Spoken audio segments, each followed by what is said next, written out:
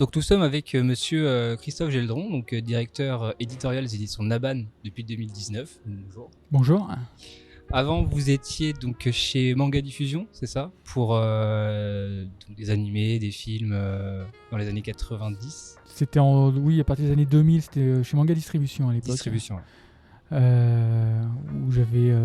on m'avait donné ma chance pour m'occuper un peu au départ tout ce qui était juste un peu community manager, on va dire. C'est pas un terme qui existait encore à l'époque. Puis ensuite, pas mal, je me suis occupé des titres avec les Japonais, des doublages, des ventes télé. Voilà. Et donc de fil en aiguille, j'ai eu d'autres choses par la suite pour arriver au manga là, depuis un peu plus d'une dizaine d'années, dont 5e année avec Naban. Donc vous avez commencé votre aventure dans le monde du manga il y a plus de 20 ans, si je dis pas de bêtises. Donc aujourd'hui, qu'est-ce que ça fait de regarder derrière soi et de voir le chemin parcouru là en 2024? Que ça passe extrêmement vite et au final je n'ai pas vraiment l'impression que ça fait autant de temps. J'ai eu plusieurs vies là-dedans dans tout ce qui a été manga et animé, et ça, la seule grosse différence, c'est que je suis arrivé dans un moment où il y avait vraiment une explosion de la vidéo, où tout le monde voulait au départ de la VHS puis surtout du DVD par la suite, et où dans les salons, notamment par rapport à Japan Expo, les plus gros stands étaient les stands d'animation, et où les stands de manga étaient moins importants. Et au fur et à mesure des années, on a vu que les éditeurs vidéo ont connu des crises, ont connu tout ça, pendant que le marché du manga, lui, explosait. Et voilà, sur ces 20 dernières années, ce que j'ai vu de plus marquant, c'était ça. C'était non pas le fait que les deux médias ont pu prospérer ensemble, mais qu'il y en a un qui a explosé et qui a laissé place à l'autre au niveau du manga. Et c'est assez intéressant d'avoir vu cette évolution, de revenir, de partir vraiment de tout ce qui était vidéo, qui était une excroissance de tout ce qu'on avait connu à la télé, pour voir vraiment par contre le manga partir à partir de maintenant de zéro. Là où avant le manga n'était qu'une extension de la vidéo et de ce qu'on voyait à la télé. Et là maintenant par contre on se retrouve avec des titres qui peuvent venir de nulle part et vivre leur propre vie en manga. Ça c'est voilà, sur les 20 ans c'est ça que je retiens le plus. Ok, donc il y a moins ce truc maintenant de se dire, puisqu'il y a un anime, on peut faire un manga, mais plus on sort le manga et on verra derrière.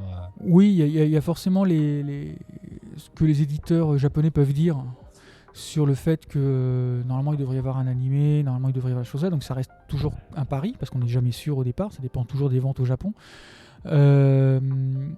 Mais oui, en fait, ça redevient une sorte d'aventure à chaque fois et de quelque chose qui est très dépendant. Alors que l'animé en tant que tel, quand on en faisait, qu'il y ait un manga ou non, ça ne changeait rien.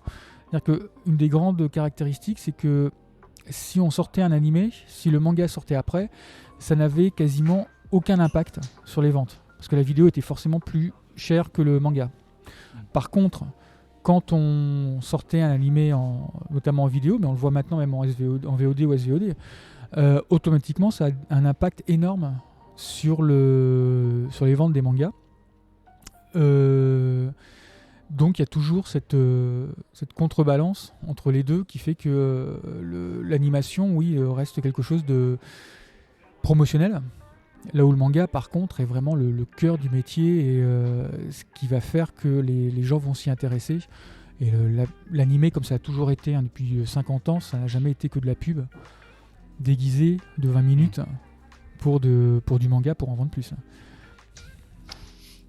Suite à votre départ de Black Box donc en 2016, parce que vous êtes passé par la case donc Black Box, qui est une autre maison d'édition en France. Avant, c'était Black Bones, C'est ça. qui faisait de la diffusion On était uniquement sur de l'animation. Ouais. Et ça, malheureusement, on l'a lancé puis pendant la crise de 2008, donc c'était une très bonne idée. Ce qui fait que ça n'a duré que 3 ans. Et donc on a quand même refait Black Box, qui faisait encore de l'animation, mais où au bout de 3 ans, on a lancé une offre en manga, et qui était vraiment par contre là beaucoup plus à la fois pour se faire plaisir, pour avoir des auteurs assez anciens, à une époque où tout ce qui était vintage ne se vendait absolument pas. Donc c'était déjà des prémices, mais à l'époque on pouvait avoir de gros auteurs sans que personne en manga ne surenchérisse, parce que personne n'en avait rien à faire en fait à l'époque.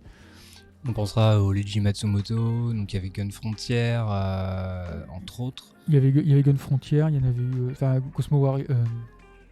pardon, j'ai oublié le titre, ça va me revenir.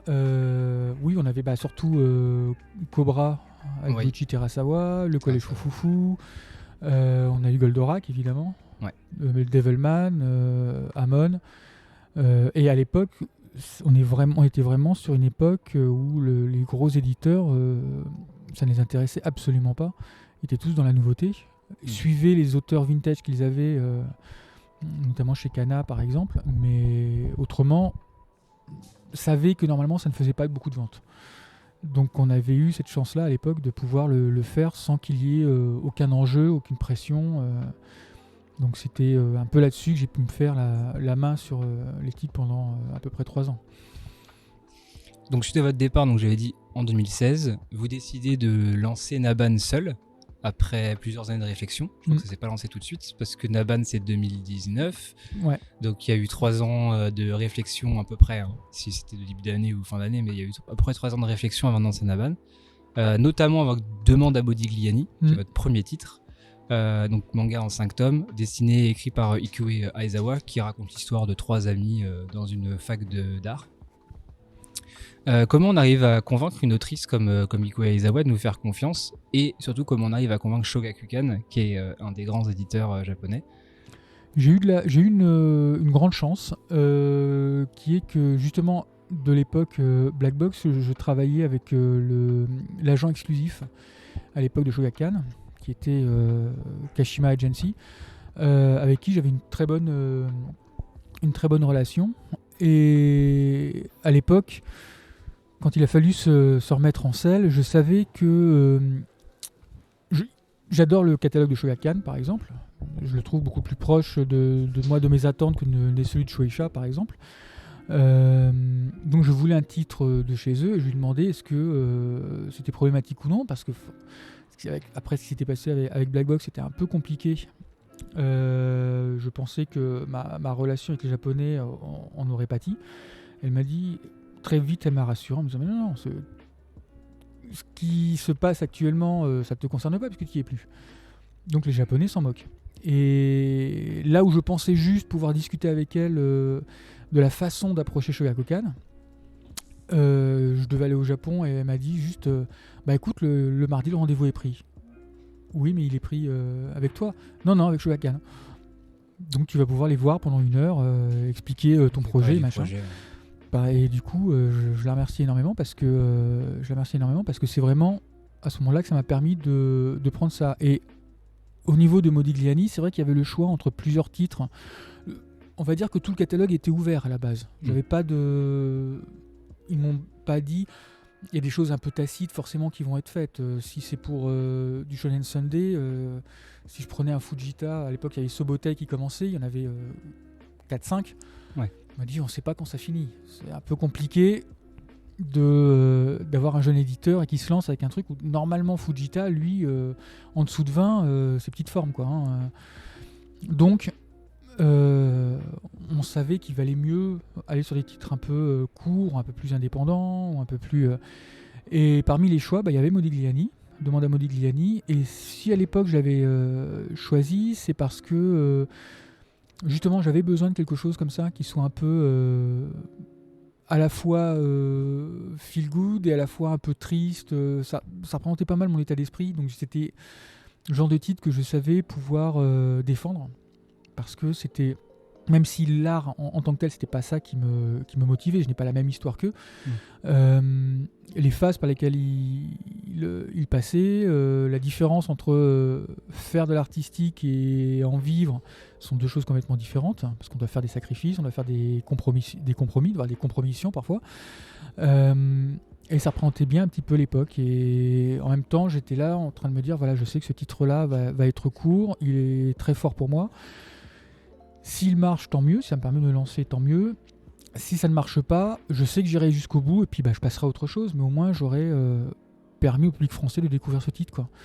Et coup de bol après, bon, bah, voilà, ça l'a fait, mais je dois avouer qu'il y avait aussi une petite, comment dire, un petit twist là-dessus, c'est que évidemment, je savais qu'en étant directement avec Shogakukan, en tout cas avec une des majors, donc que ce soit Shueisha, Kodansha ou Shogakukan, automatiquement ça m'ouvrirait la porte avec les autres éditeurs, qui eux, d'un seul coup, se trouvent rassurés en disant ah, s'ils travaillent avec Shogakukan dès le départ, c'est qu'ils doivent le connaître pour lui confier un titre, donc on peut faire confiance. Et ça a marché parce qu'effectivement, à part certains où c'est un peu plus compliqué, mais ça dépend au niveau d'un feeling, ça dépend des attentes, des choses comme ça. Il y a certains avec qui je ne travaille pas encore. Mais automatiquement, dès que je pouvais mettre le fait qu'il y avait Shogakukan tout de suite qui me prenait des titres, ça a beaucoup rassuré. Okay. Donc il y avait deux choses. C'était à la fois effectivement me relancer avec une grosse maison d'édition d'un point de vue purement professionnel pour montrer que j'étais capable de le faire. Et après, c'est parce que je suis tombé littéralement amoureux de ce titre, alors que en plus, ce n'est pas forcément le genre de ce titre que graphiquement que j'apprécie, parce qu'elle a un trait qui est très personnel, qui est beaucoup moins manga que, donc des fois ça rebute certains, et ça aurait pu être moi d'ailleurs au départ, mais on me l'a conseillé et je l'ai lu, et quand je l'ai lu, j'ai su que c'était celui-là qu'il fallait que je fasse. Donc voilà comment ça a commencé, et voilà. Et pour être un peu plus précis, en règle générale, on sait très, il n'y a pas forcément vraiment pour des jeunes artistes quand même à convaincre d'avoir son œuvre. Ce sont des personnes qui forcément vont être très contentes d'être éditées à l'étranger. Donc, en général, elles vont pas dire non. Elles vont pas dire non à ça. Elles vont pas choisir un éditeur en particulier. Elles vont pas. C'est déjà d'être choisi, c'est déjà un honneur. Et donc voilà. Donc je suis assez content. On la suit depuis. On fait tous ces titres au fur et à mesure. On va faire quelques petites choses avec elle normalement. Enfin, c'est pas normalement, on va faire quelques petites choses avec elle, un peu en dehors du manga, et on est en relation régulière avec elle. Et voilà, c'est un plaisir, là, pour le coup, d'être avec quelqu'un et de pouvoir la contacter, lui demander des choses, l'aider quand il y a des fans. Il y avait un fan qui voulait absolument des produits qu'il y avait au Japon. On a fait un peu l'entremetteur là-dessus pour que la vente se fasse. Donc voilà, c'est des choses qui sont extrêmement agréables et enrichissantes, et qui rendent toujours très fier et content de le faire, quoi. Donc avec Aizawa, voilà, on va dire qu'on s'est rencontrés au bon moment. Ok, on a un coup de chance, quoi. Donc on rappelle Modigliani, série en 5 tomes. Vous avez aussi donc Bienvenue au Café des Chats de la motrice, et en mars, avril, je sais plus, vous l'avez annoncé, Le Chemin de l'amitié. Donc la motrice qui sera un one shot sur l'amitié entre deux garçons. Ce sera un one shot, ouais. Ce sera des one shots pour l'instant. Et leur one shot, elle en a deux autres. Alors il y en a un qui est un peu plus en pause actuellement. Il y en a un deuxième qu'elle fait également. Donc forcément, on va essayer de suivre au fur et à mesure. Si on arrive à faire et si elle continue sa production, si on arrive à en faire un par an, ce serait génial. Donc on va essayer de faire ça vraiment de manière régulière. Elle restera un peu notre artiste fétiche. Ouais. Vous essayerez d'avoir le full set Aizawa à la fin. Ouais, voilà. C'est dommage qu'on je crois on doit être les seuls au monde à le faire. Édité en dehors du Japon ? Ouais, je crois. Okay. Je crois qu'elle n'est pas éditée ailleurs. Mais c'est pas grave, ça viendra peut-être. Justement, le fait que ce soit sorti en France et que tout sort, et ça va forcément peut-être à un moment attirer d'autres éditeurs. Et donc en tout cas, oui, on va la suivre très attentivement, quoi qu'elle fasse. Donc s'en est suivi après ça la reprise donc, de Hellboy, Give My Regards to Blackjack, Destination Terra aussi, un titre que moi j'ai beaucoup apprécié, qui sont des titres dits patrimoniaux, je mets des guillemets.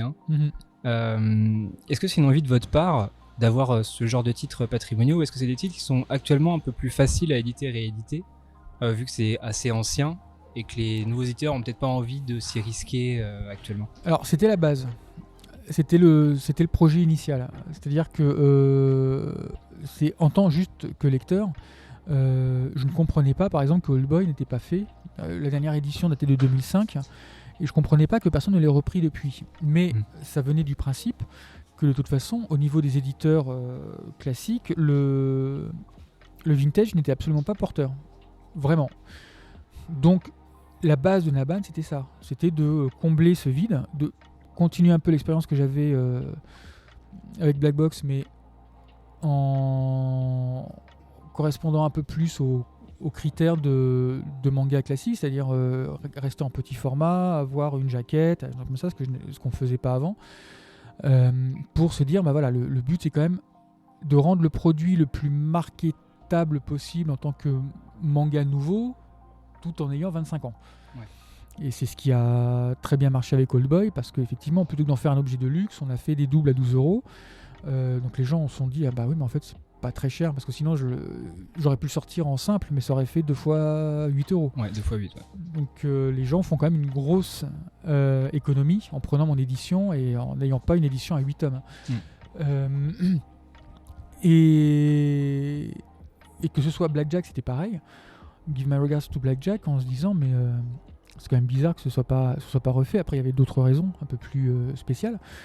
Mais pour moi, Naban devait servir à ça. Et à côté, permettre aussi la promotion de jeunes auteurs.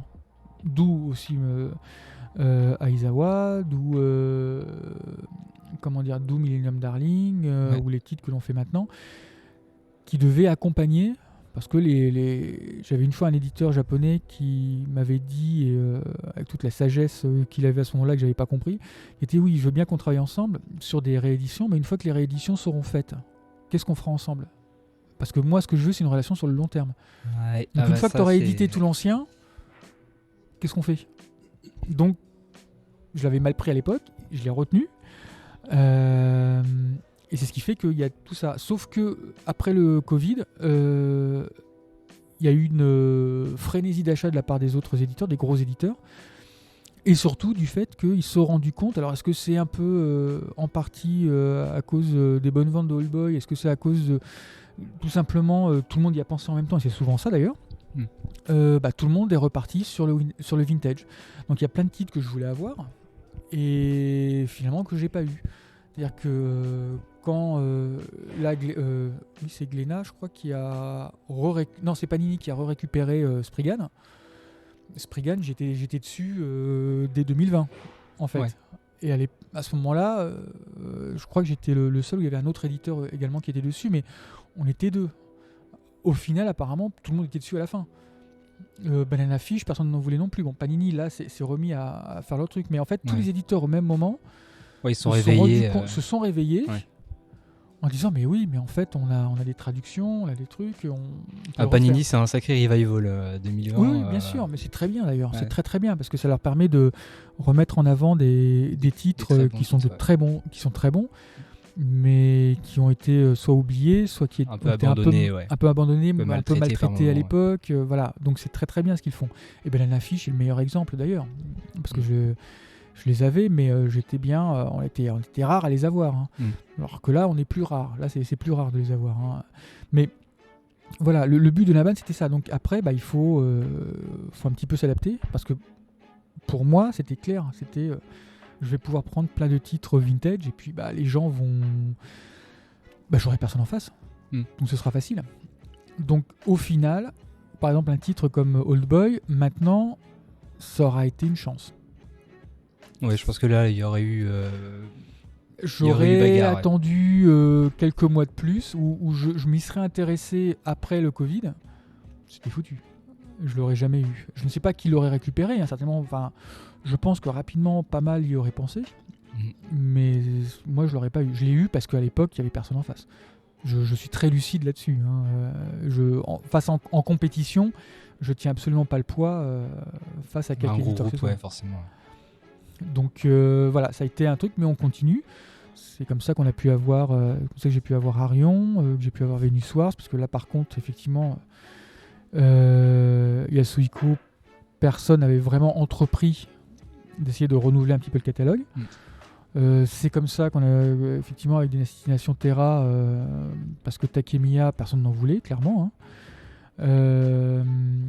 Ça change Ouais, ça Pas va, que ça change, avec mais- Moto Hagio et compagnie. Ça Oui, va voilà, mais commencer même Moto à Hagio, personne changer. n'en voulait en Ouais. fait. Et comme ces, ces titres, même courts les plus connus, étaient déjà chez Glénat, Ouais. c'était un peu Les compliqué. anthologies. Voilà. À part le clan de Poe qui forcément était un gros classique.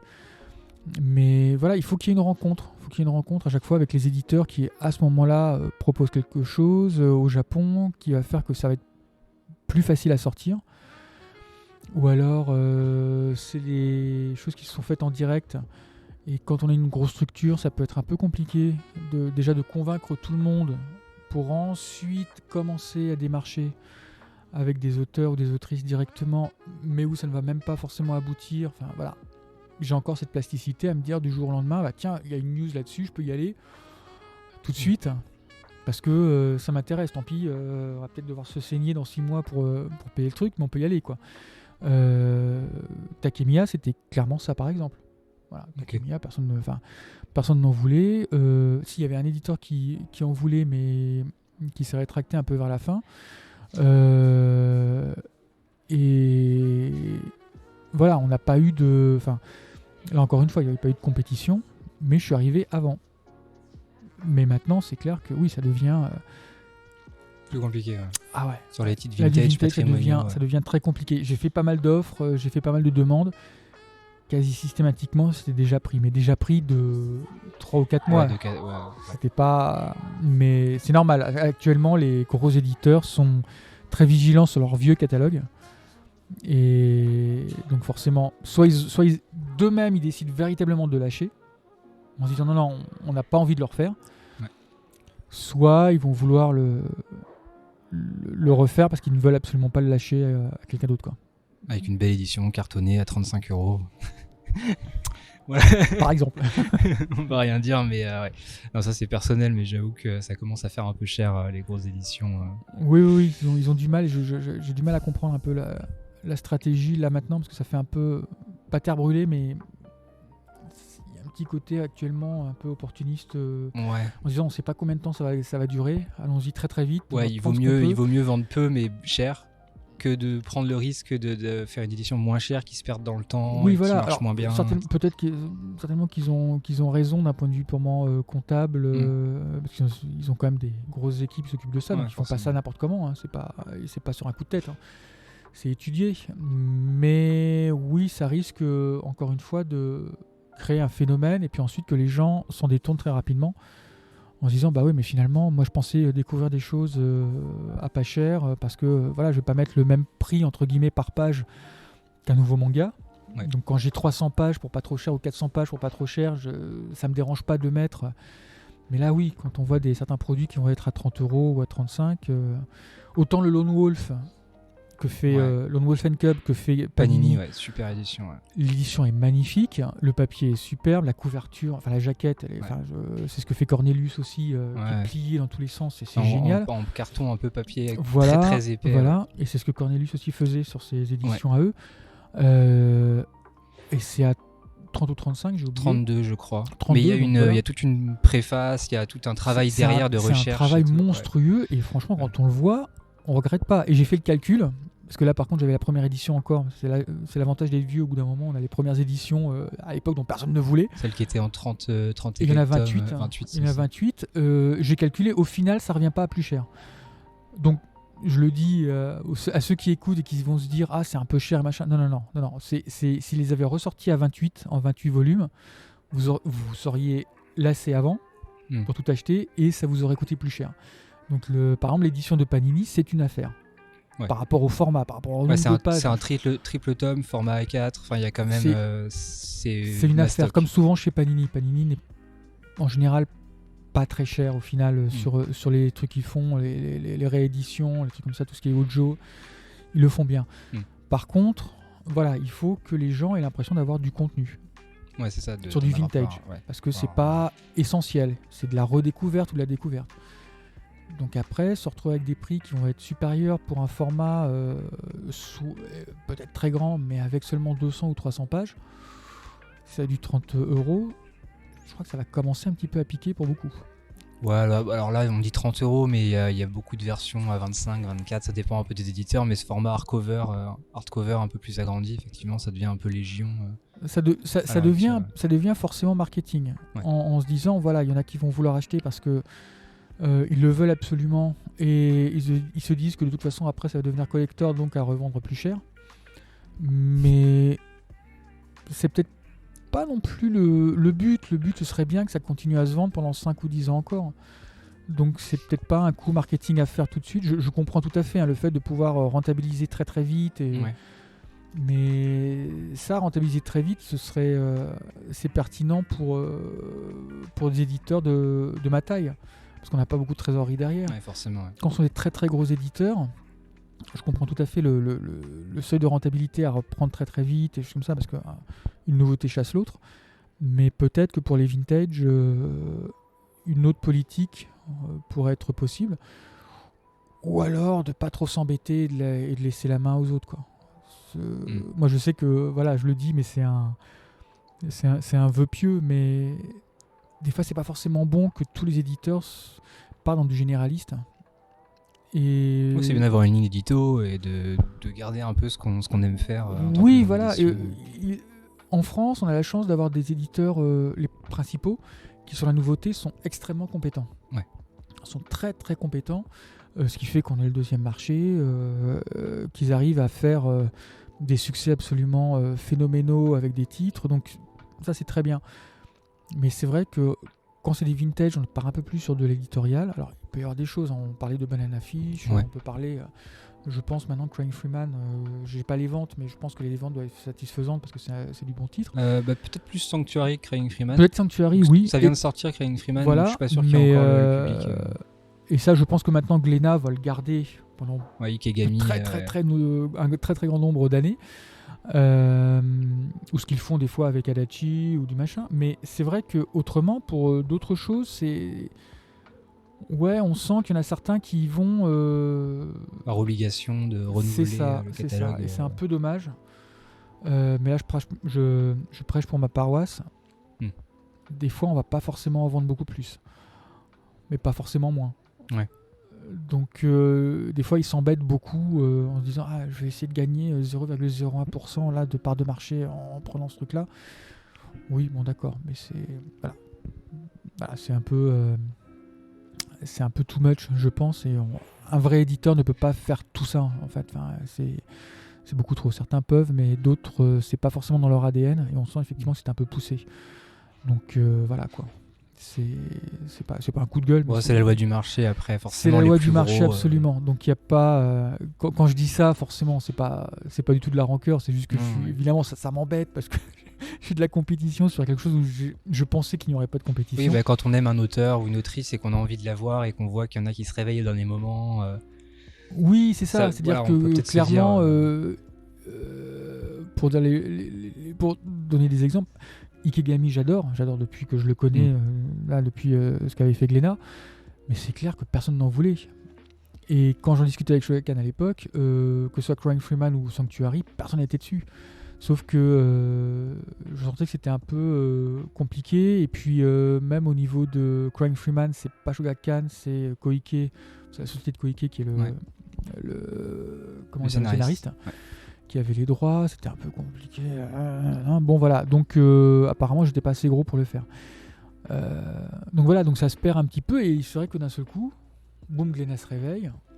Mais pour le bien du coup, parce que les éditions sont bien, elles sont accessibles. Il y a l'exposition, il est venu, voilà, le travail a été fait, il y a pas de problème. Mais c'est vrai que normalement, voilà, ça aurait été le genre de titre que j'aurais bien voulu faire. Je suis persuadé que de mon côté, j'aurais fait un aussi bon chiffre que Old Boy là-dessus. Mais voilà, c'est des exemples qui montrent que quand même un truc que je pensais faire, j'ai pas pu. Mais derrière, quand on voit le travail par exemple qu'a fait Glénat là-dessus, on peut pas regretter, quoi. C'est pas possible. Enfin, là, je me suis pas intéressé à Moto Hagio. Quand on voit le travail qui a été fait, le fait qu'elle vient cette année, et tout le travail qu'a fait Akata sur la collection Héritage, sur l'exposition qui vient, il n'y a a pas du tout à regretter qu'un auteur fasse ça. Que ça revienne, forcément. Ouais. Par contre, quand tu peux avoir des titres un peu plus jump et que tu vois que rien n'est fait derrière dans des rééditions et que la réédition est un peu perfectible, non. Bon, là, j'avoue, ça donne un peu de grain à moudre dans ce que je dis. C'est-à-dire que c'est un peu dommage, vous auriez peut-être pu le laisser à quelqu'un d'autre et pas vous embêter à le faire, quoi. Ça a été une belle annonce. Voilà, je citerai rien, mais je pense que les gens reconnaîtront tout de suite. Pour du Jump ? Oui. Une réédition de Jump en grand format, en 300 pages, mais on sent que le travail n'a pas été fait. Je suis pas sûr que ça soit celle-là, mais ouais. Okay. Le travail n'a pas été fait parce qu'il manque des pages couleurs ou des choses comme ça. Bon, et puis c'est un peu cher. Bon, on sent que ça n'a pas forcément été dans le sens vraiment, là par contre, du public. Ça a plus été un argument marketing et c'est un peu dommage. Et c'est ce que moi j'aimerais quand même arriver à faire là-dessus avec des titres. C'est ce que je réussis à mon échelle avec Yasuhiko à refaire parler de Yas. J'attends énormément que Gundam ressorte. Ouais. Ressorte. Je ne sais toujours pas chez qui d'ailleurs, donc j'attends. Bon, on sait que ça sera pas Pika, logiquement, vu que c'est eux qui les avaient avant et ils n'ont pas l'air de vouloir l'avoir re-signé. Normalement, je le sais. Mais j'ai pas la confirmation. C'est pas encore annoncé de toute façon. Ouais. Mais ça va l'être. Mais je suis très content parce que du coup, le petit coup de projecteur que j'ai mis fait que ça y est, je pense que cette fois-ci, Gundam va marcher en France. Et parce que ce sera avec un éditeur qui va le suivre. Et ça, j'en ai deux dont on me parle et je sais que les deux font un excellent boulot. Mais du coup, c'est bien de pouvoir refaire ça et d'accompagner tous ces auteurs. Mais et puis ça va quand Gundam ressortira, je pense que Arion aura aussi un coup de boost. Venus Wars en aura peut-être un aussi au même moment. Donc l'un dans l'autre, vous allez vous pousser là-dessus. Absolument. Ce sera le but, d'arriver à faire des promotions croisées, à faire en sorte que l'auteur soit reconnu pour à la fois quelque chose de très commercial et en même temps de très personnel, et de montrer toute la richesse de l'auteur. Là, comme Moto Hagio, c'est très bien que Akata la remette en lumière, et qu'en même temps, Glénat ressorte l'anthologie qui permet d'avoir une vision énorme et pleine du talent de Moto Hagio. Là, dans le genre de cas-là, c'est vraiment... ça, c'est le rêve à chaque fois, quoi. De pouvoir ressortir l'intégralité des œuvres, parce que tout était quasiment sorti. Et là, je crois qu'il y a Barbara qui a été annoncé ou qui est sorti, et le cœur de Thomas n'a pas encore été annoncé, mais ça devrait pas tarder. Non, et là, du coup, là, c'est Crunchy, normalement. Je sais pas si ça a changé ça changera d'éditeur, mais par exemple, même si c'est Crunchy qui le reprend, et qui ressort, parce que je crois que c'était en numérique uniquement pendant pas mal de temps, s'ils ressortent une édition papier, ce sera génial. D'avoir 3 éditeurs comme ça qui reprennent les titres, qui refont. Alors, des fois, les gens crient un petit peu parce que c'est pas dans le même format, les mêmes collections. Mais c'est pas grave, l'important c'est que ça sorte. Et ce sont des éditions en général où le travail est bien fait, les lecteurs sont respectés, les tarifs sont bons, donc allons-y, quoi. Okuto no Ken. Bon, voilà. Oui, c'est peut-être la seule exception sur ça que moi j'ai en tout cas. C'est un peu... À Crunchy c'est un peu too much. Sachant qu'ils avaient une très très belle édition à l'époque de Kazé. Je trouve que l'édition de 2012 est bien, mais après ça peut être aussi des volontés de l'éditeur japonais. Parce que ça peut être une nouvelle édition. Ils ont sorti ça au Japon, c'est ça. Et des fois, arriver à convaincre l'auteur à dire mais ce que vous avez fait avant correspond plus. C'était mieux. Alors, soit de le dire, on peut aller en frontal, effectivement, à dire non mais l'édition d'avant était mieux. Des fois, ça peut être, faut convaincre en disant oui mais l'édition de 2012 correspond plus aux attentes du public français, par exemple. Avec le fait que les planches sont les mêmes. Plus grandes, il y a eu la bichromie, etc. Voilà, les gens aiment bien en France, mais certainement qu'au niveau Crunchy, peut-être qu'ils ont fait valoir ça et qu'on leur a dit non. Ouais, je suis pas sûr qu'elle ait tant marché que ça, celle de 2012. Et puis là, j'ai l'impression qu'ils ont envie d'harmoniser tout le Okuto no Ken verse. Enfin, il y a l'histoire de Toji, il y a Rao, il y a Julia qui est sortie dans le même format. Donc, je pense qu'il y a une volonté d'avoir une grande collection Okuto no Ken avec tout. Oui, voilà. Et comme ce genre de nouvelle édition, en général, notamment au Japon, prend le pas sur la précédente, ça disparaît. C'est celle-là qui devient la définitive.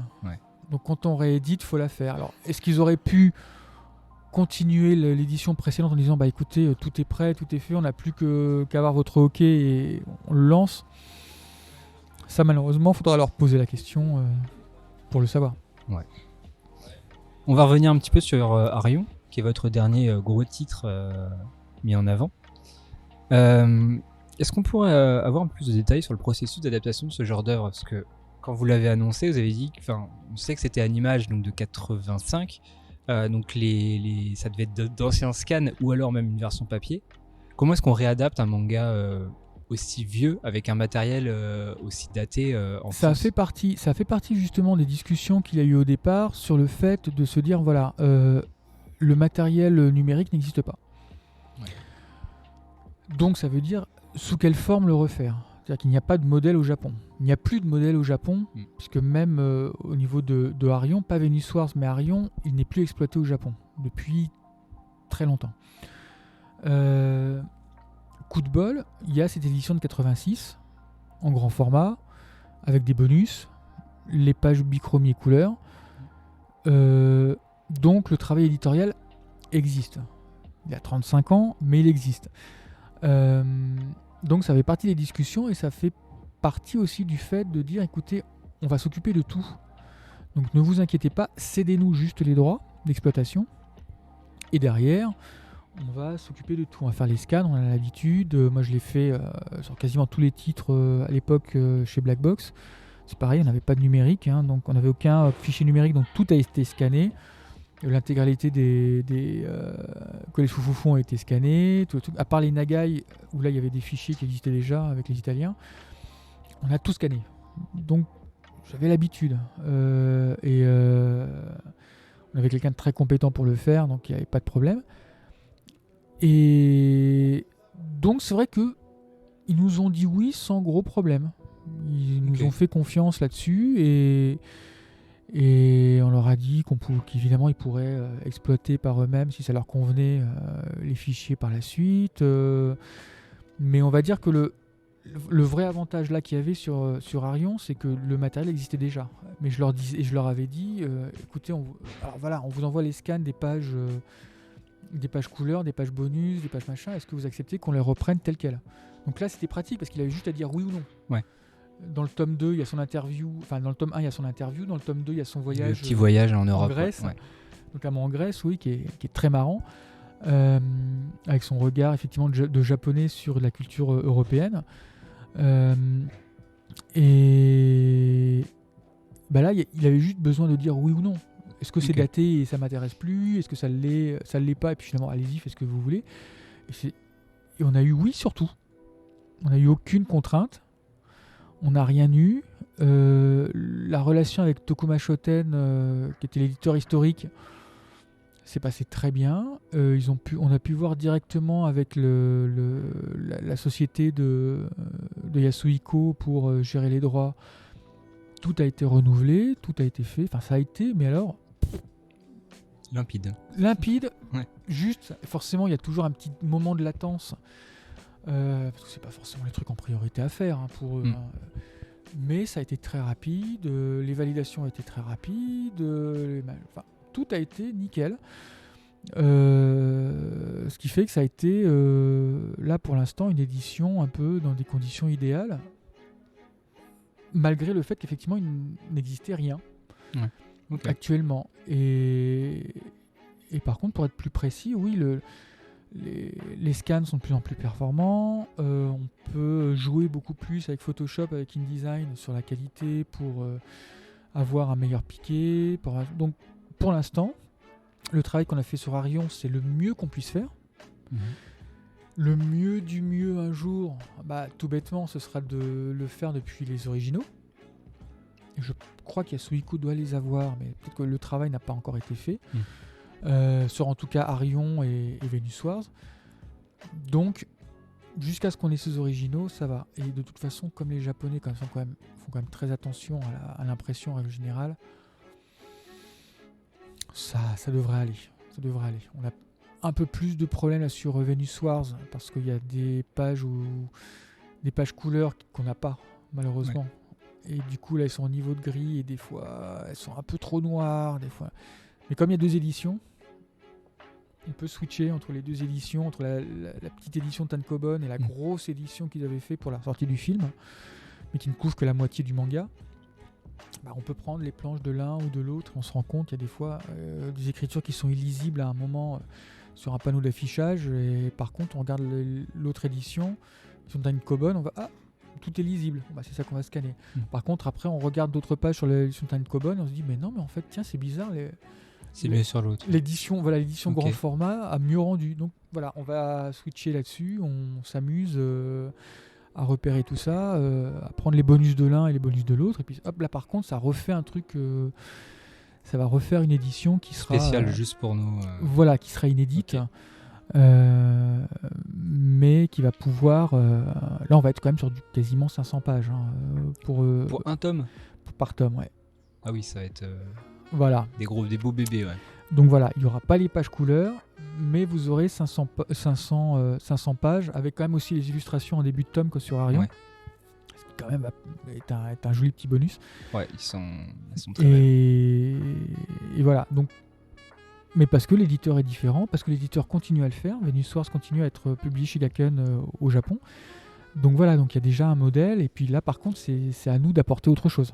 Okay. Pour correspondre. Mais après, comme ils nous ont dit, oui, mais en fait, oui, est-ce que vous voulez faire la même chose que Arion ? Oui. Donc l'auteur est au courant ? Oui. Ah bah donc ça ira. Okay. Ah oui, donc les deux ont été négociés au même moment. Absolument. C'était un package, quoi.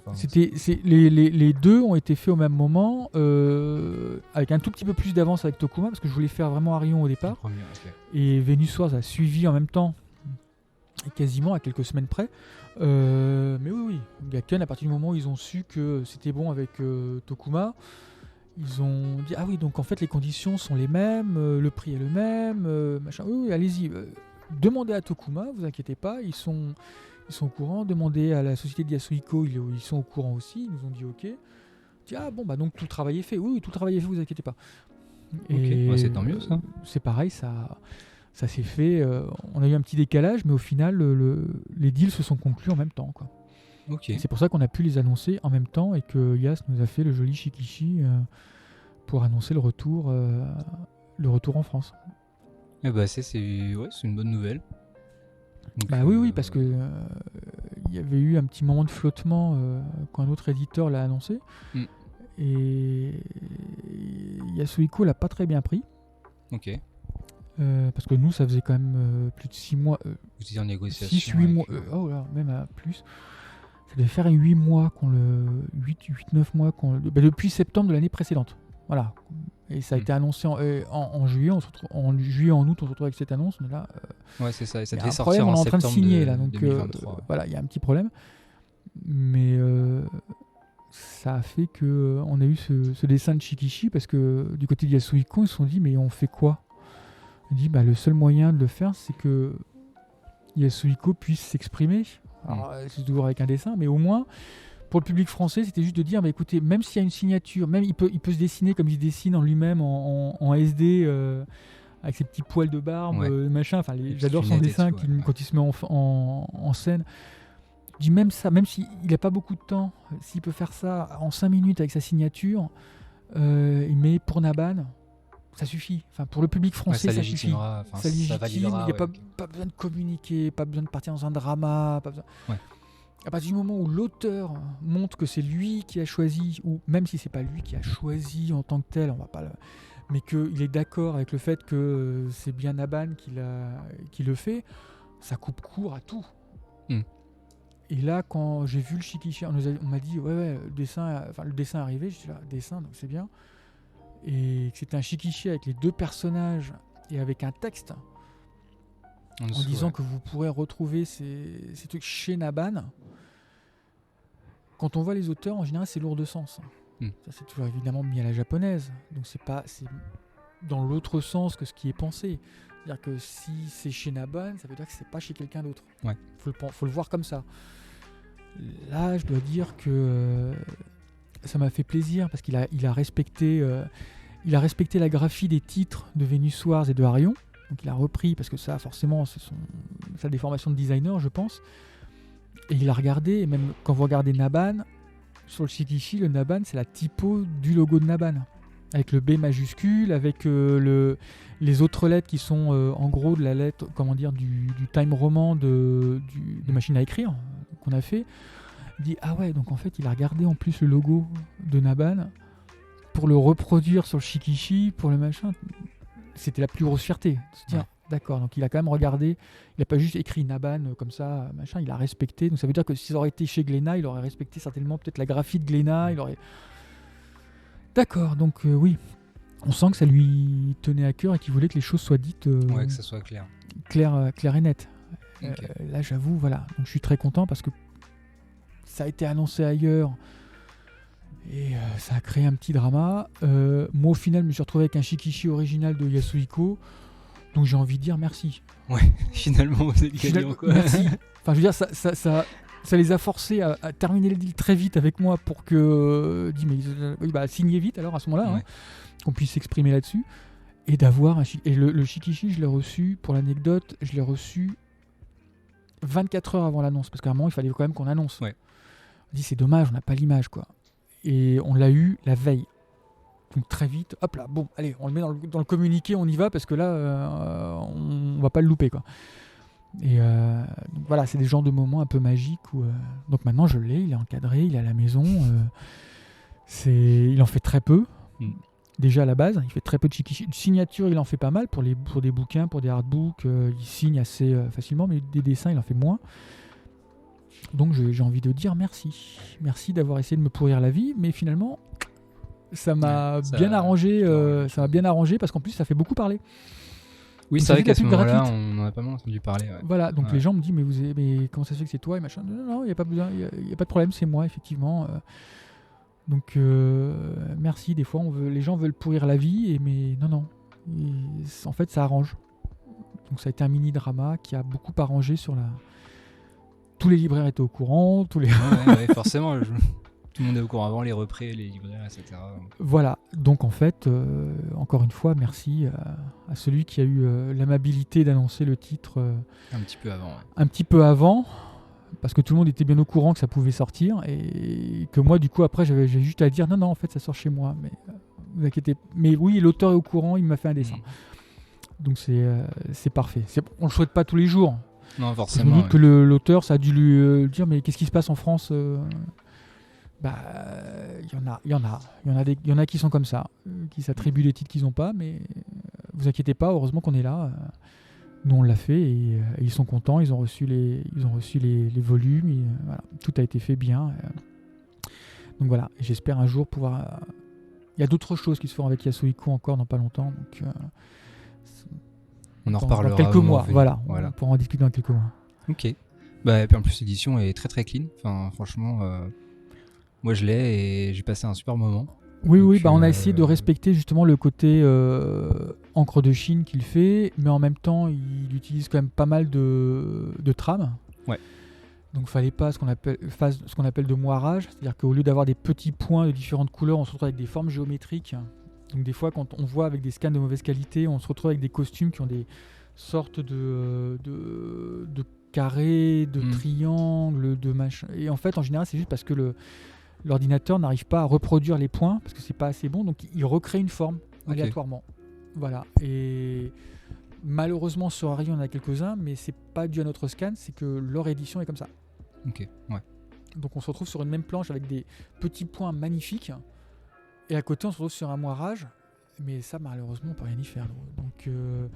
Donc oui, on a essayé de faire au mieux parce qu'on savait qu'effectivement ça allait être attendu, qu'il fallait lui rendre bien hommage à ce qu'il fait, à son travail. Et donc les retours qu'on a, ça nous a beaucoup encouragé à se dire voilà, on a tenu le bon bout là-dessus, donc on va continuer. Ce sera pareil pour Venus Wars. Ok. Donc Arion en 3 tomes, terminé. Page bichromie, couleur, interview. On a les dessins exclusifs au début qui sont en couleur sur papier glacé, etc. Grand format. Franchement, voilà. Allez-y. En tout cas, moi, j'aime beaucoup cette édition, donc je ne peux que vous la recommander. Donc, malgré cette forte composante patrimoniale, on en a parlé un petit peu avant avec All Boy Takemiya, etc. Donc Naban s'essaie maintenant un petit peu à d'autres types d'œuvres. Je pense à Millennium Darling de Midori Iwasawa, je crois, j'ai noté, oui c'est ça, Midori Iwasawa, que moi j'ai beaucoup aimé, actuellement en 2 tomes. Est-ce que c'est un risque de proposer ce genre de titre en ce moment en France, parce qu'on sait que c'est des titres qui sont ultra niche. Et oui, je disais, vu qu'il s'agit du premier tome relié, le premier livre relié de Midori Iwasawa sur Millennium Darling, si je dis pas de bêtises, on sait pas combien de tomes ça va durer. Est-ce que c'est un risque aussi d'éditer des séries comme ça, sans savoir si ça va faire 5, 10, 15, 20 tomes, surtout sur une jeune autrice? Alors, ça peut l'être, mais il y a des choses que l'on sait déjà. Comme tu as dit, c'est une jeune autrice, donc c'est quand même assez rare que ce soit des titres qui soient très longs. En général, on sait que l'éditeur va être sur du 4-5 tomes. Elle le fait en mensuel. Ouais. Donc elle n'a qu'un tome qui va paraître tous les 8-10 mois à peu près. Donc on sait que même si ça dure longtemps, ça va peut-être représenter un tome à faire tous les ans peut-être. Donc c'est gérable, c'est pas un problème véritablement. Par contre, c'était vraiment d'un point de vue éditorial, le but c'était de pouvoir lui proposer au public français quelque chose qui a une touche années 80, fait par une jeune autrice, donc qui n'a pas connu ça mais qui l'a connu après, et qui a souhaité s'en inspirer. Il y a, quand on regarde le premier tome, les 2 premiers tomes, il y a quand même une petite vibe Sailor Moon, mais pas forcément Sailor Moon le manga, mais plus Sailor Moon l'animé, avec le côté le monstre de la semaine à chaque chapitre. Ouais. Donc on voit bien que même si c'est inconscient, elle n'en a pas parlé de ça, mais on se doute bien qu'elle a dû grandir avec, ou voilà, ça a dû s'en inspirer, voilà, elle a dû s'en inspirer, ou peut-être qu'elle s'est juste inspirée du monstre de la semaine en tokusatsu aussi, hein, c'est possible, hein, mais voilà, on sent bien cette vibe. Voilà, donc ce que je voulais, c'était avoir une jeune autrice qui du coup se démarque du reste. Alors ça, pour être un ovni, c'est un ovni. Hein. C'est un ovni. Ouais. Alors malheureusement pour l'instant, c'est la seule vraie grosse contre-performance qu'on a. On a été un peu trop, moi j'ai été un peu trop ambitieux là-dessus, mais au fur et à mesure ça se vendra. Je pense qu'au fur et à mesure qu'il y aura des tomes qui seront proposés, là on doit proposer le 3e et puis certainement le 4e cette année, et elle est sur le 5e actuellement. Donc voilà, au fur et à mesure ça ira. Dans les conventions, comme on a le temps d'expliquer, les gens apprécient. En fait, ils voient le dessin, c'est juste que je pense que beaucoup n'ont pas osé y aller parce qu'il y a beaucoup de choses. Sur Millennium, le manga propose beaucoup de choses. Au risque peut-être des fois de perdre les gens qui ne savent plus tellement ce qu'ils vont lire. Et bah voilà, du côté de Millennium, je pense que on n'a pas forcément suffisamment bien expliqué aux libraires comment il fallait le présenter. Et ils se sont retrouvés eux-mêmes avec cet ovni-là, et ils n'ont peut-être pas su rassurer les lecteurs. Et donc voilà, c'est quelque chose qu'on va continuer quand même à faire, il n'y a pas de souci là-dessus. Et donc voilà, il n'y a pas vraiment de gros risques, parce que ça reste un plaisir. Donc à partir du moment où ça reste un plaisir pour un éditeur, on est prêt à assumer une partie de perte en se disant c'est pas grave, on perd un petit peu mais on l'adore, donc on va la suivre jusqu'au bout. Et effectivement elle est pas en hebdomadaire, donc elle sort pas un tome tous les 4 mois. Dire, c'est pas du Akita Shoten quoi, où là ils te font un tome tous les 4 mois et il faut pouvoir suivre derrière. Il faut pouvoir suivre. Hein. Un jour, l'éditeur qui se dit tiens, je vais faire Yowamushi Pedal, qui est leur gros manga sur le cyclisme. Ils en sortent un tous les 4 mois. Ils en sont à plus de 80, alors que ça a commencé en 2016 ou 2015, je sais plus. Là, voilà. On n'est pas du tout sur le même modèle. Donc c'est ça qui est bien, c'est qu'elle, on pourra la suivre, on pourra voir. Certainement peut-être qu'elle s'arrêtera au bout de 5 ou 6. On va poser la question, on n'a pas encore posé la question, mais on va le faire. Et ben tant mieux, et puis elle passera à autre chose, parce que je suppose que c'est le genre d'autrice qui aura envie au bout d'un moment de passer à autre chose. Ouais, d'expérimenter des nouvelles. D'expérimenter d'autres styles. Et ce sera très bien. Donc on est très fiers. C'est malheureusement pas elle qui vend le plus. Mais ça veut dire qu'on n'a pas suffisamment bien fait le travail, mais on continuera à le faire. on va le faire différemment sur les prochains tomes, je pense. Ok. Moi, ça prendra peut-être un peu plus de temps que d'autres séries qui ont déjà un nom. L'important, c'est que ça existe. Ouais. L'important, c'est que ça existe, c'est que l'édition française existe, que surtout dès que les gens le lisent, automatiquement disent ah ouais, non mais je comprends pourquoi tu l'as sorti. Voilà. Donc ça veut pas dire, c'est la double peine, c'est des fois des gens qui disent, qui peuvent dire je le vois, je comprends parce que tu as voulu le faire, mais honnêtement, je vois pas pourquoi tu l'as sorti. Ouais. Ça, c'est la double peine. Ouais, bah oui. C'est-à-dire un échec commercial et critique. Et critique, ouais. Voilà. Mais les critiques adorent. À partir du moment où ils ont lu, c'est un peu comme on revient à Modigliani. Difficile au départ, mais c'est pas difficile d'accès. Et dès que les gens le lisent, souvent c'est très positif. Ouais. Ils prennent tout de suite. Ils vont tout prendre. Donc voilà. Donc Millennium, c'est juste qu'il manque un petit peu de volume pour l'instant, mais on va y remédier pendant cette année. Non, et puis vous avez, quand on parle d'OVNI, vous avez Mazarian aussi, qui est, pour moi, je trouve un OVNI assez particulier dans le paysage du manga français. C'est assez étonnant d'avoir ce genre d'histoire. Qui marche mieux, mais je pense que c'est l'effet chat. Ah, peut-être, ouais. C'est le personnage principal. Ouais. Et d'ailleurs, j'ai remarqué que chez des libraires, que ce soit Spé ou Généraliste ou même des fois Leclerc, il va plutôt dans du rayon shoujo josei, plutôt public féminin. Étonnant. Alors qu'à la base c'est un seinen, c'est dans le manga action de Futabasha, donc normalement c'est fait pour une lecture de bonhomme, parce que Futabasha c'est quand même beaucoup plus un lectorat masculin, et puis un peu masculin old school à la base, et bizarrement effectivement, on a un gros lectorat féminin. C'est pour ça que, par exemple, sur Naban, on n'a pas de collection, parce que je ne voulais pas que les libraires le mettent dans des catégories dans une catégorie particulière. Il y en a certains qui n'ont pas trop le choix, qui vont être dans du seinen, ils vont le mettre dans le seinen, dans choses là. Mais par contre, quand il y en a de plus en plus qui vont être en thématique, Mazarian ne va pas se retrouver dans du seinen. Ils vont plus le trouver dans un rayon fantastique, un truc comme ça, et peut-être avec d'autres titres, avec d'autres chats, mais c'est souvent plus un lectorat féminin dans les chats. C'est vrai. Donc, alors, c'est des partis pris, c'est pas forcément vrai. Pas pour Yankees. C'est pas forcément vrai, d'ailleurs. Oui, c'est sur les a priori, sur des retours d'expérience de libraires qui savent. Mais par exemple, Mazarian, voilà. Et Mazarian a trouvé son petit public. Mazarian, je suis assez content. Ça trouve son public. Au bain les Yankees, ça l'a trouvé aussi. Je dis ça parce qu'on les a sortis un petit peu en même temps. Ouais, en même temps les 3 tomes. Ouais. Alors que c'est deux choses complètement différentes. Évidemment. Mais ça a trouvé son public aussi.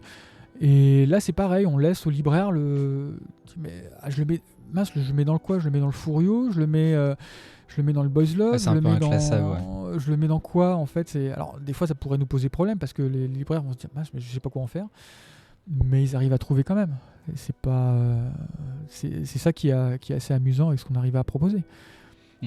Et Mazarian justement en fait partie, et Millennium, on espère qu'il y a un moment où les gens vont bien se rendre compte. Quand tu auras 3 tomes aussi, ça se trouve. Je pense.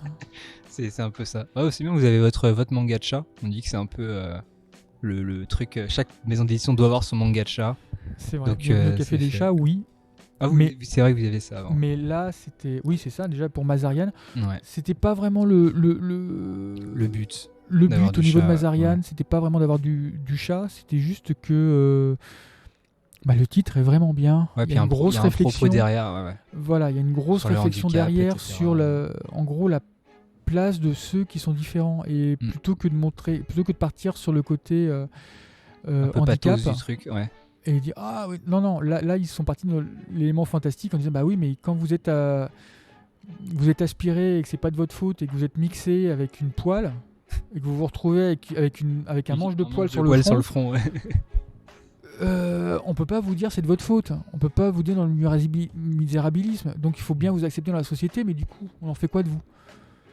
Et Mazarian, c'est ça, quelle est la place de ceux qui ne ressemblent pas aux autres? Donc soit on peut être dans un truc fantastique où les gens vraiment vont vous parler en vous disant mais oui, mais encore des trucs où on va nous dire regardez, faites attention aux handicapés et machin.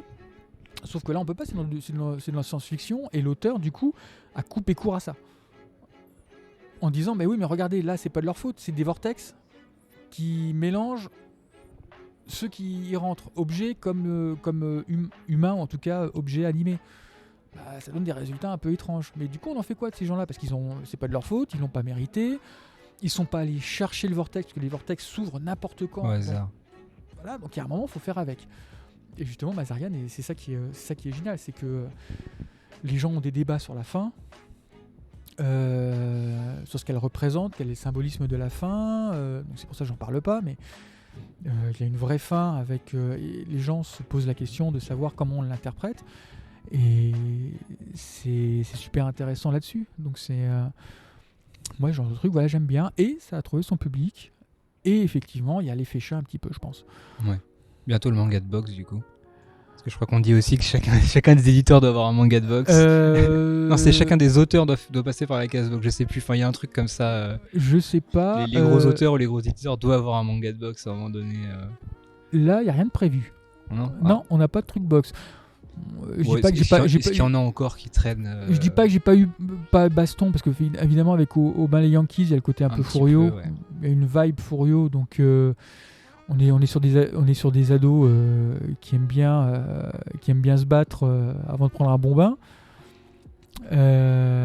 Mais autrement il n'y a pas. Mais oui, certainement que ça arrivera. Mais là de toute façon, les chats, le truc de chat, on en a deux entre Mazarian et Bienvenue au Café des Chats. Maintenant on en a deux, mais c'est pareil, c'est pas des choix, c'est juste que c'est Iko Aizawa et elle a fait un manga sur les chats, donc on la suit, hein. Oui. Et ça cartonne, par contre ça marche bien. Bah tant mieux. En plus c'est un one shot, donc oui, forcément moins de risques pour le public. On a le contenu entier, hop. Voilà, c'est Très ça. bien. Donc on aime beaucoup.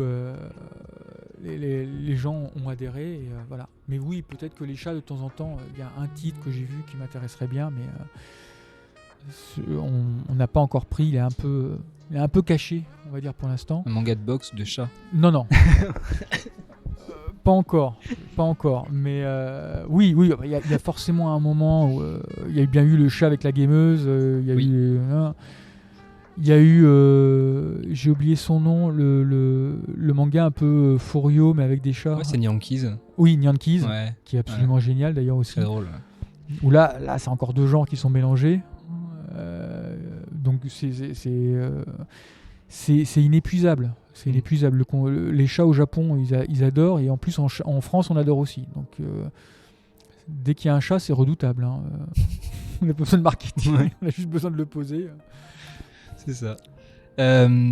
Avec tous les titres que vous avez maintenant, vous avez donc du patrimonial, vous avez de la SF, vous avez du Furio, vous avez de l'humour, vous avez de l'OVNI, enfin il y a un peu de tout. Est-ce qu'il y a une ligne éditoriale qui commence à se dessiner chez Naban, ou est-ce que vous fonctionnez beaucoup au feeling avec les titres que vous achetez, et vers quoi vous vous dirigez? Parce que là, quand je vois les dernières sorties, on a eu Mazarian, il y a eu Boss ou Crève, qui est un petit peu plus grand public. Enfin, moi, je le vois comme quelque chose de plus grand public. Il y a eu Aubin les Yankees. Là, il y a Arion, c'est du patrimonial. Enfin, où est-ce que vous allez vous arrêter, quoi? Bien la romance bientôt avec Anoguro et j'ai oublié le nom du gars. Anna et le prince d'Albion. Voilà, qui va sortir. Ou même avec les Écarlates et les Yeti. C'est des tendances, c'est-à-dire que... Enfin, c'est pas des tendances, comment dire. La base, c'est faire de l'ancien et faire du nouveau. Ok. Ça, c'est deux choses précises. Mais donc, dans de l'ancien, ça peut être des auteurs, ça peut être des autrices. Forcément, entre Yasuhiko et Takemiya, il y a deux mondes qui ne sont pas du tout les mêmes, mais le simple point commun, c'est juste que ce sont des titres anciens et de patrimoine, mais c'est le seul intérêt qu'il y a, enfin le seul lien commun qu'il y a entre les deux. Par contre, au niveau des nouveautés, oui, non, le truc, c'est qu'effectivement, moi j'avais ma vision, et il y a Alexandre qui m'a rejoint à la fin de l'année dernière, qui lui veut développer ça et voulait développer avec un public plus féminin. Et c'est aussi ce que je voulais, mais toujours avec le fait d'avoir un truc très particulier au niveau de Naban, c'est-à-dire de pouvoir l'expliquer en un pitch, de dire oui, c'est une histoire d'amour, mais il va se passer ça. Et quand on regarde au niveau de l'Aigle écarlate, c'est un jeune prince, entre guillemets, en tout cas noble, qui veut se marier. il va trouver une femme qui se trouve être une ancienne militaire. Il va lui proposer de se marier. Bon, d'accord, rien de plus classique comme pitch. Mais sauf que le problème, c'est que lui, son petit royaume, en tout cas, c'est dans le Grand Nord. Et des femmes qui acceptent d'aller dans le Grand Nord, il n'y en a pas beaucoup qui acceptent. Et elle dit, ouais, elle va être très militaire dans son truc. Elle va dire, bon d'accord, mais on va être à l'essai. C'est-à-dire que je vais te suivre pendant 1 an, et au bout d'1 an, on va voir est-ce qu'effectivement on va vraiment se marier ou non. Donc les gens pensent qu'ils se sont mariés alors qu'en fait ils ne sont pas mariés. C'est juste que pour l'instant ils sont à l'essai. Ils sont en CDD. Voilà, ils sont en CDD. Donc c'est ça qui est marrant parce que du coup ça attire les gens. Ils disent mais c'est bizarre comme histoire. Et Anna et le prince d'Albion, c'est pareil. C'est-à-dire c'est toujours là, on est vraiment dans un style de dessin qui effectivement correspond vraiment beaucoup au shoujo et au josei, avec de très jolis décors, de très jolis personnages, des robes extrêmement travaillées, minutieuses et tout ça. Mais par contre, on se retrouve avec une fille qui est mise quasiment, effectivement, en otage, avec le prince d'un royaume qui a conquis le royaume dont elle est issue. Mais elle, ce qu'elle veut, c'est tuer le prince. Mais non, mais le prince, je vais le tuer, je vais le massacrer, quoi. Parce qu'en plus, elle, c'est une guerrière. Elle aussi, elle adore. On lui refuse ça, mais elle adore manier l'épée, elle adore ça. Et puis finalement, elle se rend compte que le prince, lui c'est pareil, la monarchie dans son truc, il en a marre des coups fourrés, de la cour où t'as des manigances, des machins, et puis ils se disent, mais finalement, peut-être qu'on suit le même but. Et là, il va se passer énormément de choses, mais en même temps, c'est un personnage qui, elle, aime se fighter. Je veux dire, si on lui met une gifle, elle va répondre en mettant 2, quoi. Donc voilà, c'est d'autres choses, mais justement, le but, c'est de sortir des sentiers battus. Avec Naban, de proposer autre chose, de proposer des nouvelles façons de voir le truc. Pour moi, c'était important que les choix qu'avait fait Alexandre, parce que le côté shoujo josei, je ne sais pas faire. Vous choisissez à 2 les titres quand c'est comme ça? C'est pas mon ADN, donc c'est lui qui me propose, et il va falloir qu'il me convainque. Donc le problème, c'est que c'est très difficile pour lui, parce que lui, il sait le potentiel, mais moi, je le sais pas. Donc il faut arriver à me convaincre que c'est pas forcément le titre que je vais lire moi, mais que par contre ça mérite, l'originalité fait que ça mérite qu'on s'y attache. Et une fois qu'il a réussi à trouver les bons arguments, moi après je lui fais entièrement confiance là-dessus. Et je sais, déjà je sais que ça va marcher, et de 2, c'est aussi ce qui manque, c'est-à-dire que je trouve que j'aime bien donner la place à pas mal de femmes, parce que évidemment quand je fais du vintage, forcément mes goûts font qu'il y a beaucoup plus d'auteurs que d'autrices. Là j'ai Takemiya, il y en aura d'autres, mais on sait qu'évidemment ce sont beaucoup plus des auteurs qui sont reconnus en France, et aussi plus facile. Mais là, au niveau des autrices, c'est pareil. C'est le fait. Moi, j'aime bien le fait que Okujima, avec les Yankees, pourtant, il a aussi fait du yaoi. Il a fait du boys love qu'on peut retrouver chez Anna d'ailleurs. C'est Akamatsu N7. Qu'il a fait les racailles de l'autre monde, qui est chez Kiyun. Donc, il a un peu. Et pourtant, il a fait du boys love. Aubin les Yankees a cette petite vibe boys love, parce qu'ils sont à poil 80% du temps, puis ils sont beaux gosses et tout, mais quand tu vois que c'est un auteur qui est totalement hétéro, qui est marié, qui a des enfants, qui est un peu rebelle et tout, c'est marrant d'avoir ça.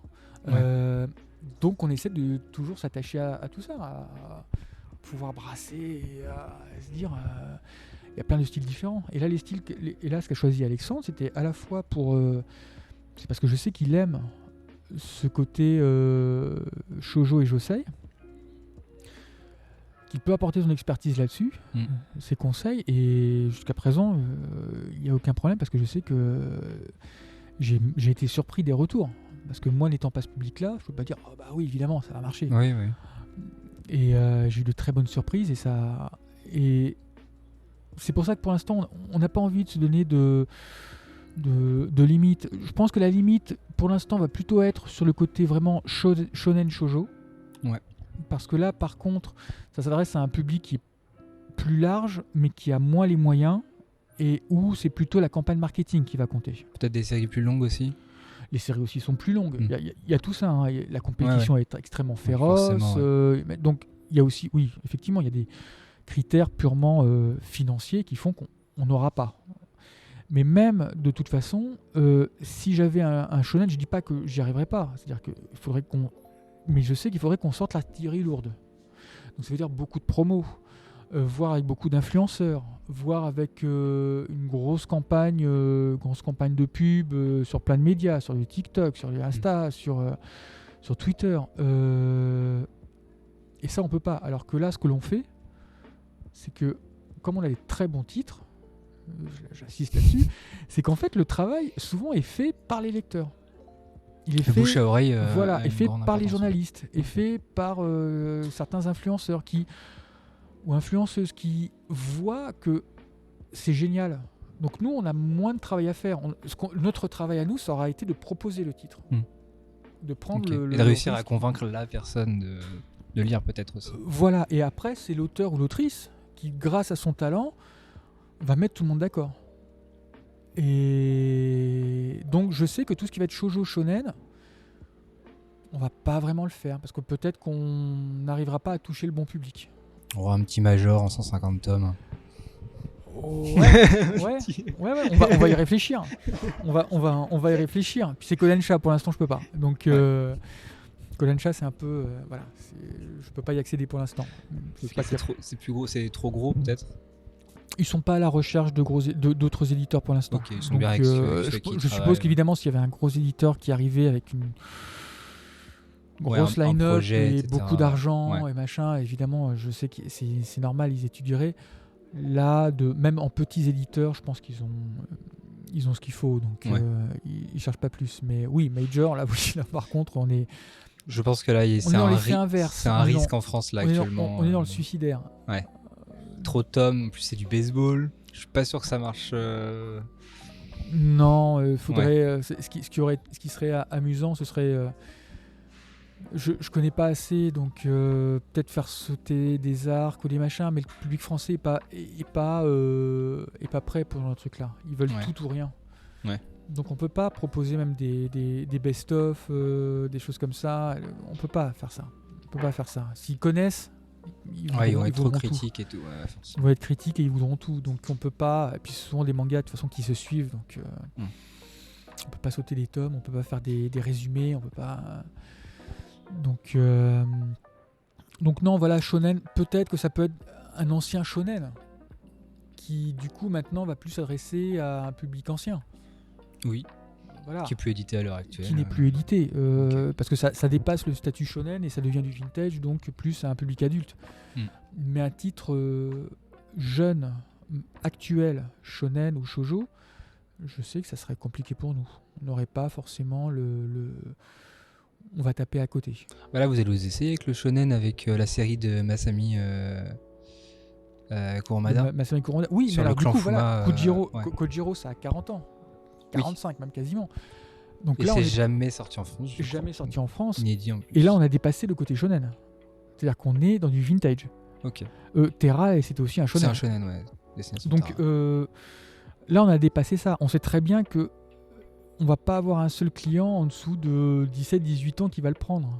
Ça même dire. 25, 30. Même 25, bien sûr. Non, mais quand je dis, il y aura peut-être un ou deux qui vont être curieux, peut-être. Et qui vont avoir bon goût avant l'âge. C'est méchant ce que je dis, parce que il y en a plein qui même sont très jeunes et qui effectivement demandent de voir les grands classiques et choses comme ça. Dans une de vos dernières interviews, il y avait eu ça justement sur le fait qu'un public assez jeune était quand même demandant de absolument. classiques. C'est pour ça que les rééditions cartonnent actuellement. C'est parce qu'il y a ce public classique qui s'ajoute. Mais là, on est effectivement sur un vieux titre shonen, mais qui ne s'adressera pas à un public jeune. Oui. Donc voilà, c'est pas. Pour moi, on sort pas un shonen, on sort un grand classique. On sort un grand classique du shonen, mais on sait très bien. Déjà, on va être à des tomes à un peu plus de 30 €, mais qui va faire quand même 750 pages, avec les pages couleurs, avec les pages, avec tout. Il y aura tout dedans. C'est du perfect C'est du perfect au-delà du perfect. 750 pages, c'est du dictionnaire là. Il y a tout. Et on va le faire en 15-21 comme les perfects classiques de Dragon Ball, Kenshin, tout ça. Donc, on en aura pour notre argent là. Ouais. Voilà, on va le faire.